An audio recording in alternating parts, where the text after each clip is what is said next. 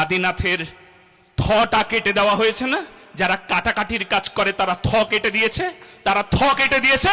ঠিক এমন করে কাটার মানুষ আছে, তারা শুধু নিজেরটা কাটে না, অন্যেরটা কাটে। সেই জন্য রক্ষা করবার দায়িত্ব আছে আমাদের। ওই যে রাম বসিয়েছি, আমার কথা শুনছেন উনি উনি উনি শুনছেন যে কেবলমাত্র আমাকে প্রতিষ্ঠা করলি তোরা, তোদের হৃদয়ে আগে রাম প্রতিষ্ঠিত হোক, আর সেই রাম প্রতিষ্ঠা পাওয়ার পর আমাকে রক্ষা করবার তাগিদ থাকবে। গেরুয়া কাপড় ঝোলালে শুধু হবে না, গৈরিক তিলক লাগালাম হবে না, জয় শ্রীরাম মুখে বললে হবে না, হবে না। মুখে বলার মানুষ লক্ষ্য আছে। জয় শ্রীরাম যেমন মুখে বলবো, ঠিক চরিত্র দিয়ে দেখিয়ে দেব এনার মুখে শুধু জয় শ্রীরাম নেই, চরিত্রে ওনার রাম। রাবণের সঙ্গে যুদ্ধ করবার ক্ষমতা ওনার আছে, ওনার চরিত্রে রাম আছে।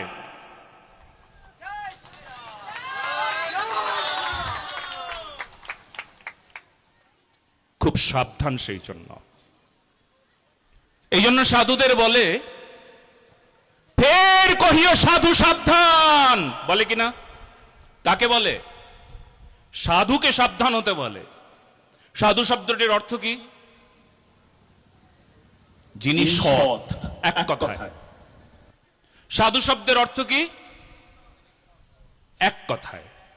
আরো যদি এর আমরা ডেফিনেশন করতে চাই তবে অনেক কথা বলা যাবে, অনেক রকম। যিনি সাধনায় ব্রতী, যিনি আত্মজাগরণে ব্রতী, যিনি মানব জীবনের সভ্যতার পথে অগ্রসর হয়েছেন আর সভ্যতার পথে সবাইকে টেনে নিয়ে আসেন, তিনি সাধু। যিনি সভ্যজন তিনি সাধুজন। যার মধ্যে সভ্যতা আছে, পবিত্রতা আছে, নৈতিকতা আছে, শুদ্ধ আচরণ আছে। শতাং আচরণম যদ্বৎ তৎসদাচারমুচ্যতে। যিনি আচরণশীল। কোন আচরণ? শতাং। শতাং মানে শাস্ত্রীয় আচরণ। যা রাম থেকে যে আচরণ পেয়েছি, জয় শ্রীরাম, রামায়ণ থেকে আচরণ পেয়েছি, মহাভারত থেকে আচরণ পেয়েছি, মহাভারতের ভীষ্ম পর্বে শ্রীমদ্ ভগবত গীতা থেকে আচরণ পেয়েছি।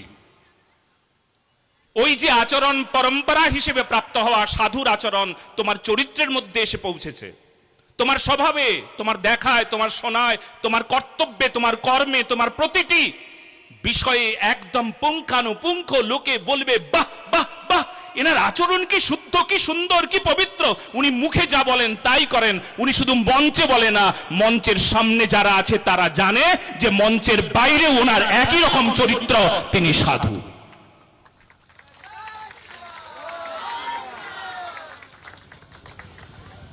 এই জন্য সেই সাধুতা আমাদের স্বভাবে আসবে।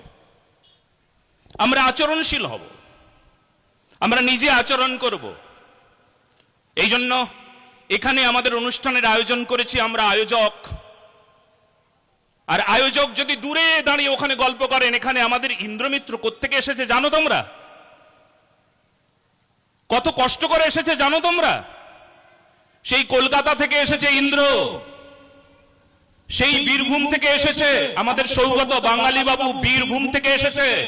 আমি লক্ষ্য করলাম, আমি এখান থেকে ইশারা দিলাম তোমাদের যে বীরভূম থেকে এসেছে, কলকাতা থেকে এসেছে। আমাদের জন্য দুটো শব্দ আমাদের কানে যাবে, সেই শব্দ নয়, আমাদের চরিত্র প্রবেশ করিয়ে দেবে একটা বিশুদ্ধতা, একটা নৈতিকতা, একটা রাষ্ট্রনিষ্ঠা, একটা মাটি রক্ষার তাগিদ, একটা ধর্ম রক্ষার তাগিদ।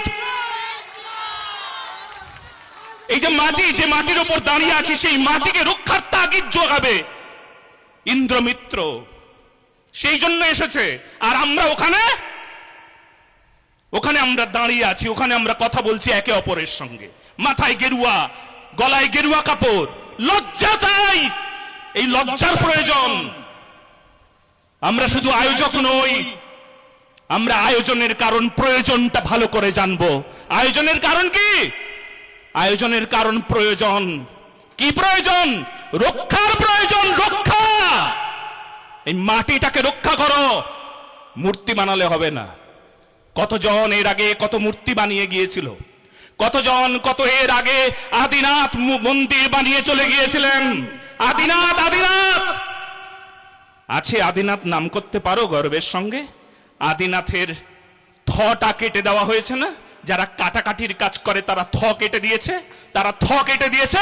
ঠিক এমন করে কাটার মানুষ আছে, তারা শুধু নিজেরটা কাটে না, অন্যেরটা কাটে। সেই জন্য রক্ষা করবার দায়িত্ব আছে আমাদের। ওই যে রাম বসিয়েছি, আমার কথা শুনছেন উনি, উনি উনি শুনছেন যে কেবলমাত্র আমাকে প্রতিষ্ঠা করলি তোরা, তোদের হৃদয়ে আগে রাম প্রতিষ্ঠিত হোক, আর সেই রাম প্রতিষ্ঠা পাওয়ার পর আমাকে রক্ষা করবার তাগিদ থাকবে। জন্ম জন্মান্তরে এই সূত্র, এই ধারা তোমার হৃদয়ে প্রবেশ হোক, তোমার জীবন, তোমার চরিত্রে তোমার ছেলে তৈরি হবে, তোমার সন্তান এইভাবে পরম্পরা হিসেবে এই শক্তি সামর্থ্য উৎপন্ন হবে। এটা তাগিদ, এটা দায়িত্ব। আমি বারবার একটা কথা বলি যে দায়িত্ব শব্দের শেষের শব্দটা না, ওটা যদি কেটে দেওয়া হয় তবে দায়ী শব্দ হয়। কি শব্দ হয়? জোরে বলুন। দায়ী। যদি আমরা দায়িত্ব থেকে নিচে নেমে যাই তাহলে আমরা দায়ী হব। দায়ী। মন্দির বানিয়েও দায়ী হয়ে যায়। আদিনাথ, আদিনাথ আমাদের আদিনাথ বলে এখনো গর্ব করতে পারি না। আদিনাথে আমরা জল ঢালতে পারি নাই, আদিনাথে প্রবেশ হয় নাই। আদিনাথ চত্বরে, আদিনাথ থেকে দূরে আমাদের মন্দিরে শিবলিঙ্গ প্রতিষ্ঠিত হয়েছে। এ আমাদের লজ্জা, গৌরবাসীর লজ্জা, গৌরবাসী যারা আছেন তাদের লজ্জা। এই লজ্জাটা কতদিন রাখবেন? লজ্জা হলে যেমন মুখ ঢাকে, অমন করে মুখ ঢেকে চলবার মানুষ কি আমরা? তাই এইবার লজ্জা অন্য কারুর হোক। যারা থটাকে কেটে দেয়, যারা মন্দির কেটে অন্য কোনো কিছু অন্য মাযহাব বানায়, তাদের আজ থেকে লজ্জা হবে, তারা লজ্জা পাবে। সেই জন্য আমরা শক্তিশালী হব, আমরা শক্তিশালী হব। আমার ছেলেটা, আমার মেয়েটা, ওই যে মেয়েটা, ওই যে ছেলেটা, এদের কি পড়াও? A for apple, B for boy, twinkle twinkle little star. পড়িয়েছো গীতা, শুনিয়েছো গীতার কথা, গুরুদেবের কাছে নিয়ে এসে বলেছো গুরুদেব কি করে একে সনাতনী হৃদয় গড়ব, কি করে একে মানুষ করব, কি করে এর দ্বারা সমাজ দেশ রাষ্ট্রের কল্যাণ হবে। গুরুদেব একে বাঁচান, একে বাঁচান। কি দিয়ে বাঁচাচ্ছ? খাইয়ে পরিয়ে? মনে রাখবেন, খাইয়ে পরিয়ে বাঁচানো যায় না যতদিন পর্যন্ত সংস্কৃতি সংস্কার তার ভেতরে প্রবেশ না হয়। আপনি খাওয়ালে শরীর হবে, আর সেই শরীর একটা জেহাদের সঙ্গে মিশে যাবে। এমন শরীরও আমার হাজার হাজার জানা আছে। সেকুলার শরীরের কথা আমরা জানি, যে কিনা নিজের সভ্যতা, নিজের সংস্কৃতি, নিজের পিতা, নিজের মাটি, নিজের মা, ভারত মায়ের প্রতি তার শ্রদ্ধা নাই, এমন হাজার হাজার শরীর আমরা জানি। সেই শরীর মূল্যহীন, ধর্মহীন, মানব পশু সমতুল্য। আরে পশুও লজ্জা পায়, লজ্জা পায়। পশুও নিজেরটা ভালো করে বোঝে, নিজের ধর্ম যেন পশুও বোঝে, কিন্তু মানুষ বোঝে না। বিশেষ করে হিন্দু আজ এমন একটা জায়গায় গিয়ে দাঁড়িয়েছে যেখানে সে দুর্মতি একমাত্র কারণ দুর্গতির। আজকে আমাদের হাত থেকে মন্দির চলে যায়, আমাদের সাধনাস্থলী চলে যায়।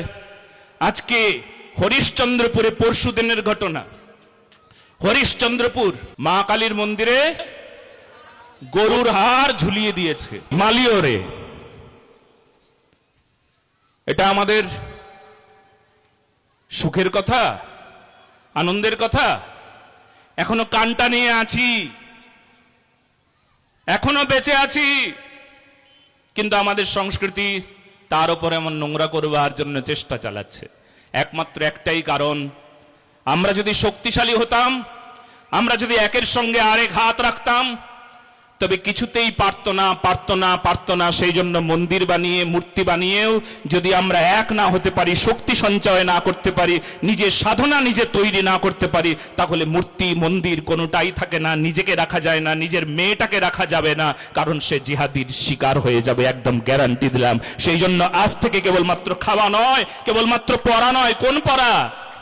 পুঁথিগত শিক্ষা নয়, যে শিক্ষায় আমাদের সংস্কৃতিকে আমরা জানবো, আমরা আমাদের সাধনাকে জানবো, আমরা জানবো এই মাটিটাকে কি করে রক্ষা করা যায়, নিজের ভারত মায়ের প্রতি কি করে শ্রদ্ধাশীল হওয়া যায়, কি করে আমরা আমাদের সংস্কৃতিকে এগিয়ে নিতে পারি।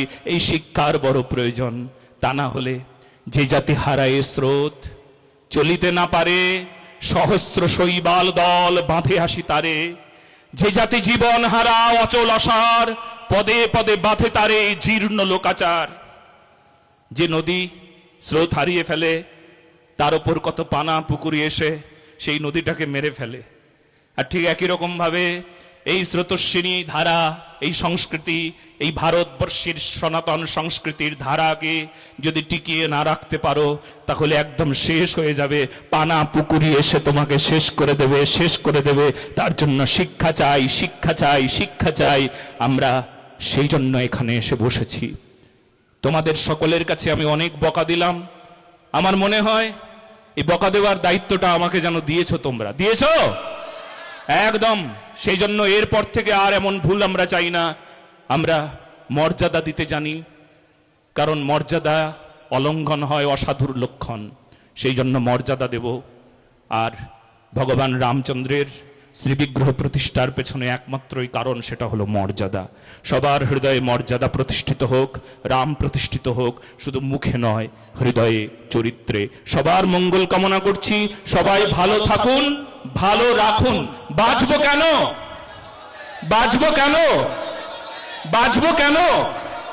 সবার মঙ্গল কামনা, পুনঃ মঙ্গল কামনা।